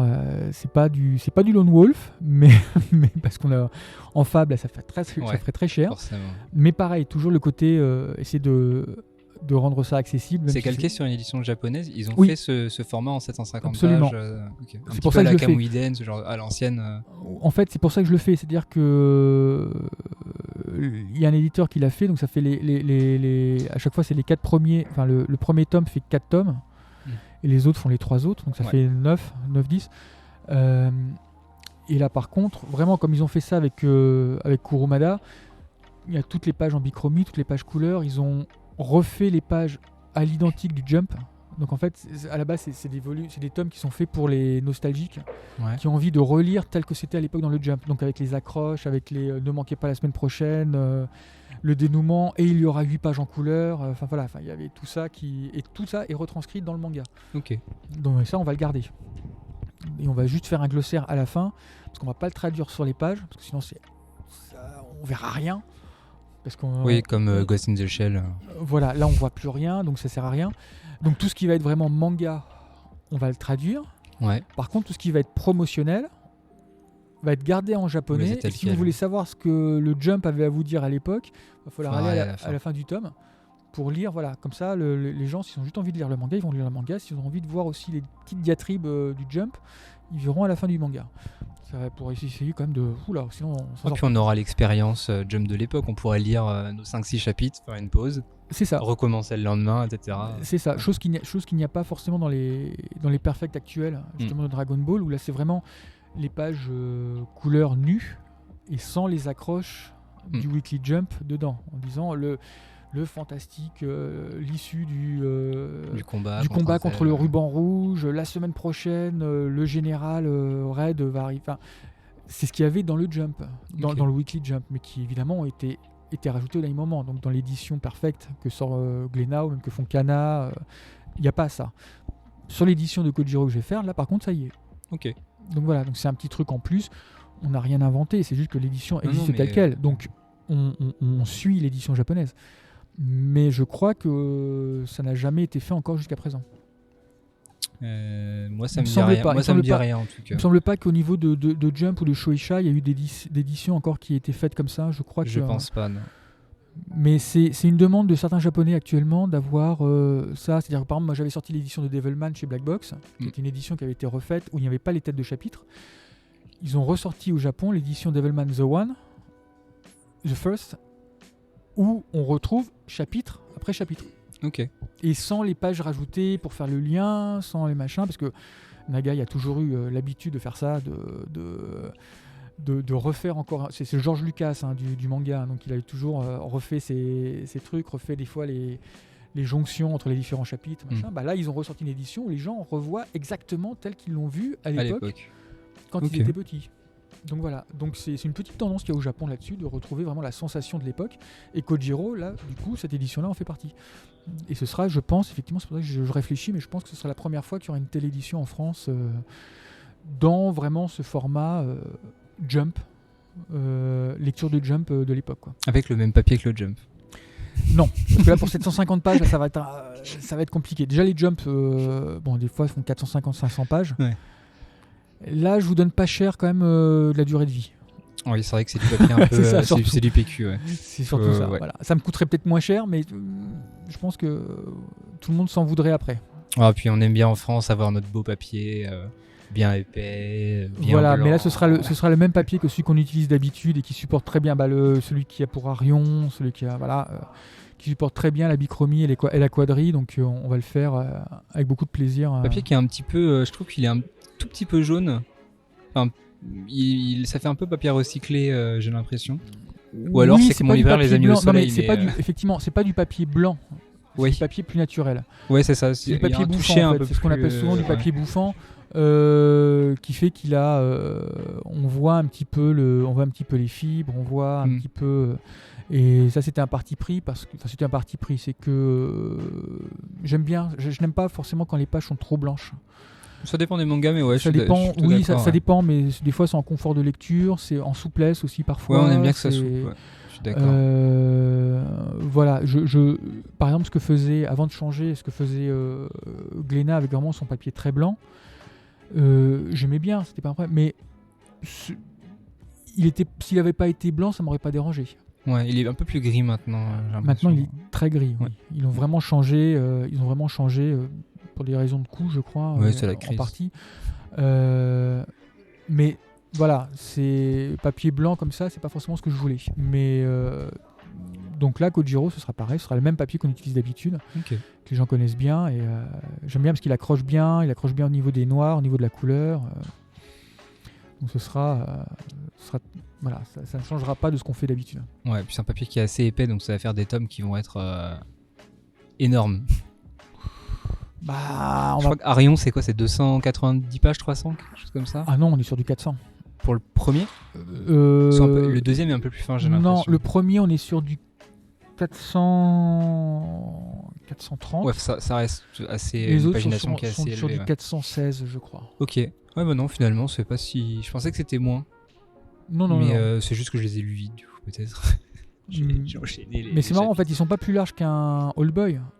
C'est juste que comme ils sont beaucoup plus grands, ouais, ils sont plus. On a l'impression qu'ils sont sont plus massifs, alors qu'en fait, c'est juste un effet d'optique. Bah, en termes de format, ça me faisait penser au Tutomunier de chez Glénat, les Blame, etc. Mais j'ai eu l'impression que les Blame sont plus lourds en main que Arion. Arion, il me paraît là, très par léger. Contre, c'est du papier glacé, c'est très lourd, c'est très. À lire, c'est un peu galère. C'est très blanc. Je pense que ça doit être un parti pris par rapport au dessin très très noir. Ouais, très très noir. Et je pense qu'il fallait sur du papier glacé, l'avantage c'est qu'on peut vraiment le fixer. Ok. Donc il n'y a pas de nuance à l'impression. Il faut vraiment que le noir soit très noir. Je pense que c'est pour ça qu'ils l'ont choisi.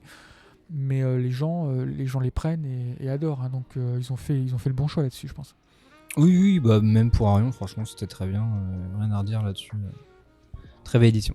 C'est une question plus personnelle sur est-ce qu'il y a un auteur ou une autrice qui peut être édité ou pas en France que vous auriez vraiment voulu avoir. Alors, votre auteur ou autrice de cœur, vous dites ça aurait été bien que même quelque chose qui est assez vieux, qui est édité depuis très longtemps en France, ça peut être Shiroda. Bon, alors, je pense pas non plus, mais pendant très longtemps, ça avait été Nagai, ça avait été Go Nagai, mais je l'ai fait. Ouais. Donc j'étais très content.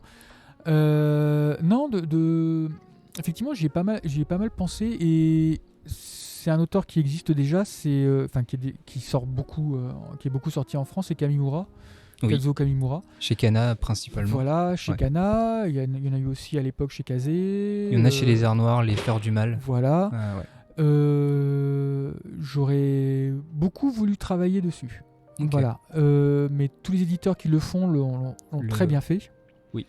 À l'époque, il faut même reconnaître, c'était Asuka qui l'avait sorti, donc vraiment l'ancêtre de Kazé. Avec le petit oiseau. C'était avec... non, c'était...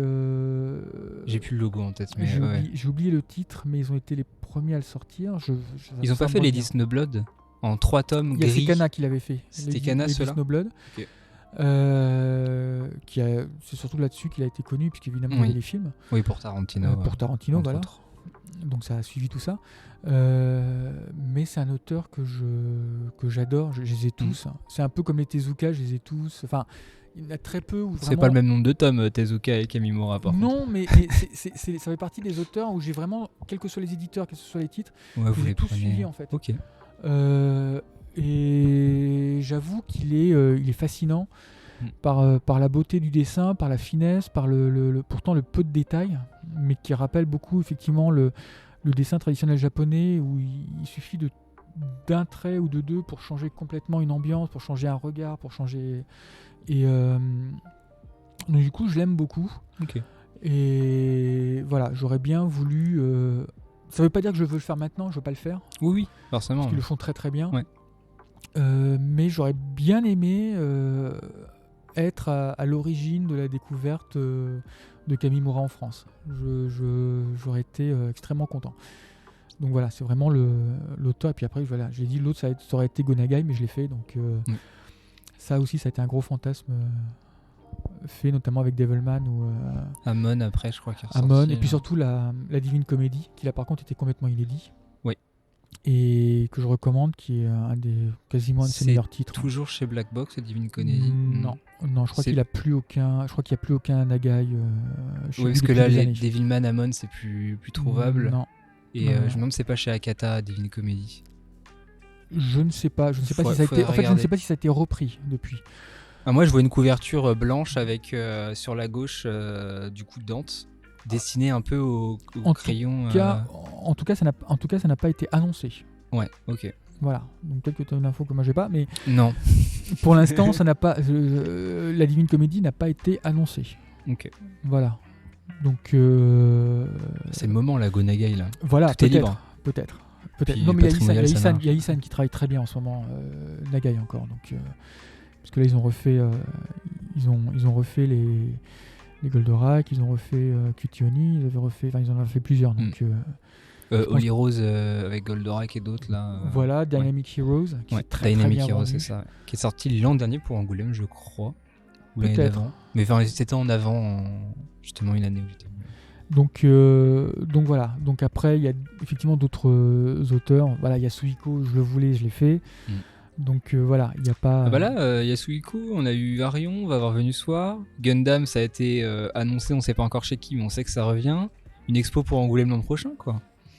Ce serait génial. Ce serait génial.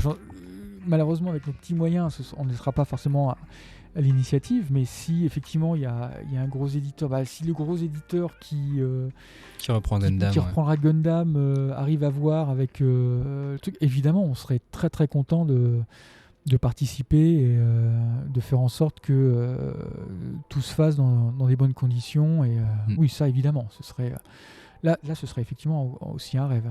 Parce qu'il y a quand même un pattern. Hein. Moto Adjo, c'était un peu calme plat. Là, ça revient, plein de rééditions. Il y a Angoulême. L'an dernier, c'était Ikegami. Il y a eu Trillion Game, Sanctuary, l'annonce de Crying Freeman, Angoulême. Samurai, il y a une réédition de l'Habitant de l'Infini. Ils vont ressortir du coup Sneguroshka, etc. Il y a Born to Be On Air qui a été réimprimé. Angoulême. Je sais pas. Moi... Ce serait bien. Ça serait bien, ouais, ça ferait de l'actualité aussi. Pour l'instant, c'est fait avec des éditeurs qui sont quand même bien installés et qui ont les moyens aussi de faire venir dans de bonnes conditions. L'auteur, etc. Pour des conférences. De le faire des fois un petit peu tourner en France. Ça, c'est des choses où, avec des gros auteurs, c'est un peu compliqué pour nous actuellement. Mais oui, j'aimerais bien, j'adorerais. Je trouverais ça génial. Je trouve que son œuvre serait en agrandi comme ça sur des grandes. Des très très grands formats comme on peut voir dans les expos, ça lui rendrait bien c'est pour hommage, ça que j'avais choisi au niveau d'Arion. Ouais. C'était un ami qui m'avait montré cette édition-là, qui m'avait dit qu'elle existait en grand format, et c'est ça qui m'a vraiment décidé à le faire. Ça n'aurait existé qu'en petit format.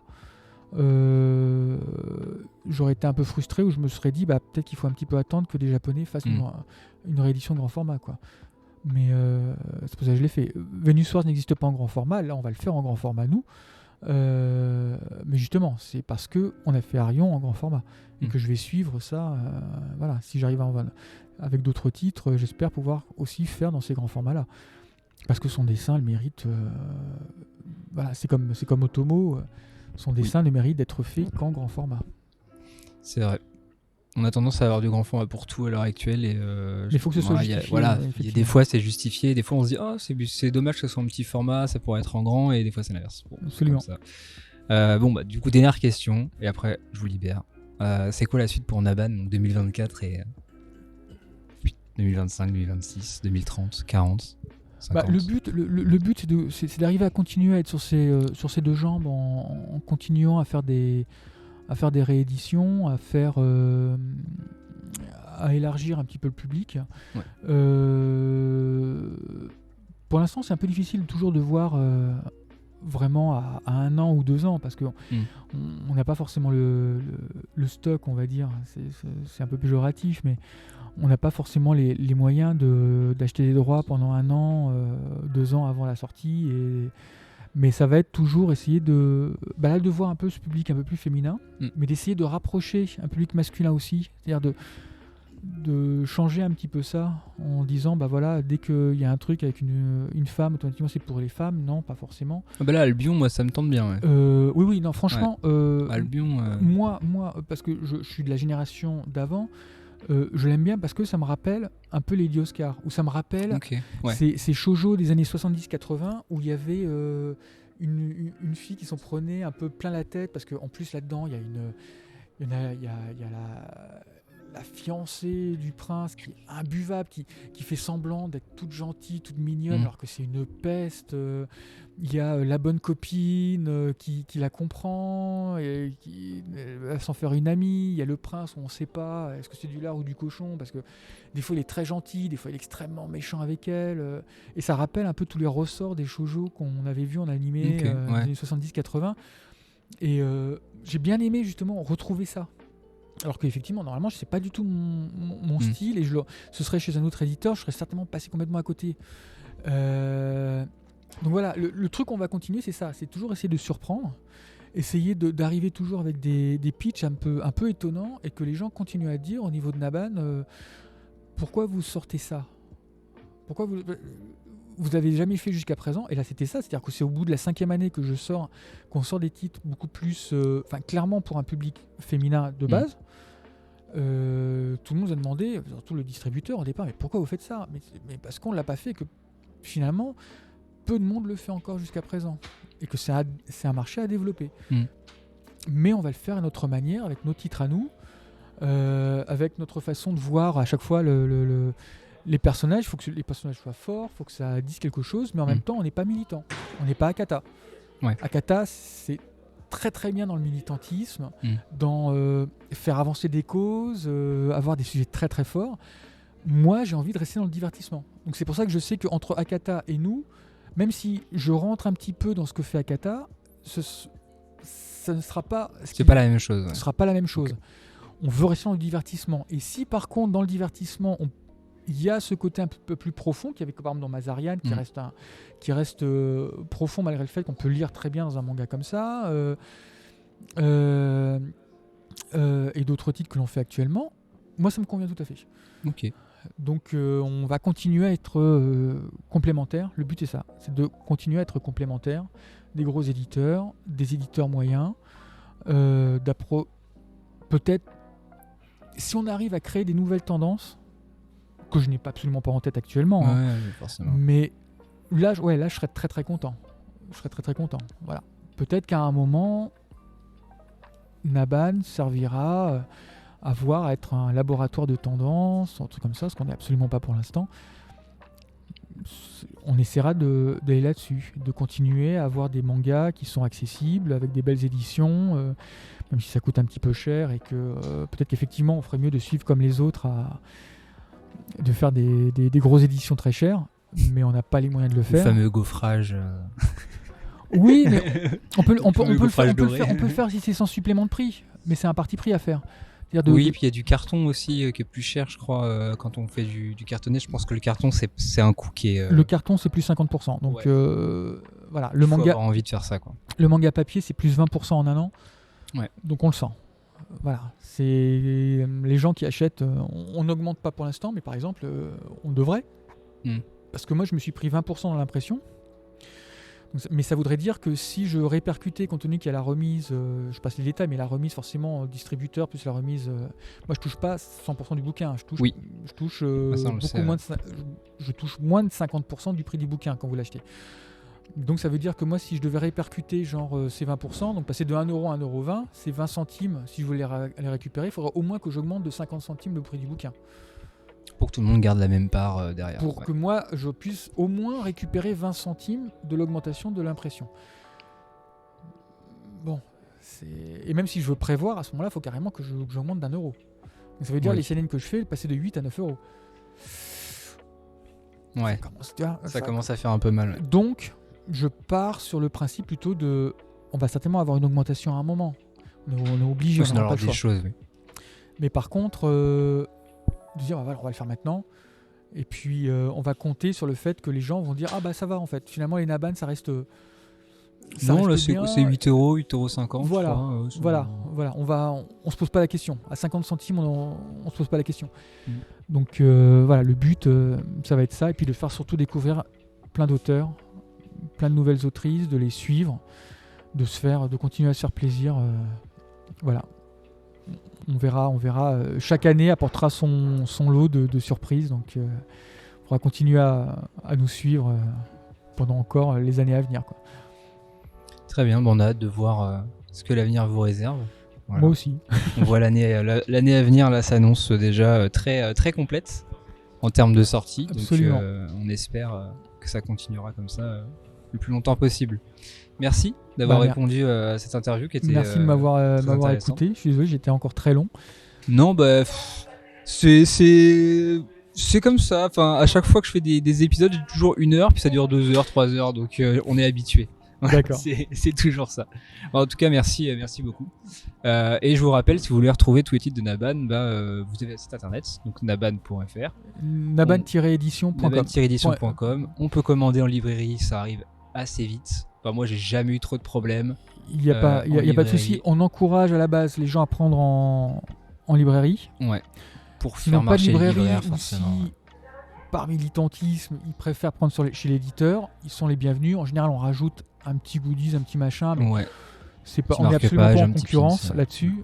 Donc si vous pouvez, faites-le chez les libraires. Parce qu'aussi, quand vous commandez un bouquin chez un libraire de Naban, il va peut-être faire l'effort d'en prendre d'autres. Plusieurs, ouais, pour les mettre en rayon. Plusieurs. Ouais. Nous, c'est bien quand on a une commande, parce qu'on récupère plus par unité, mais on a fait une vente.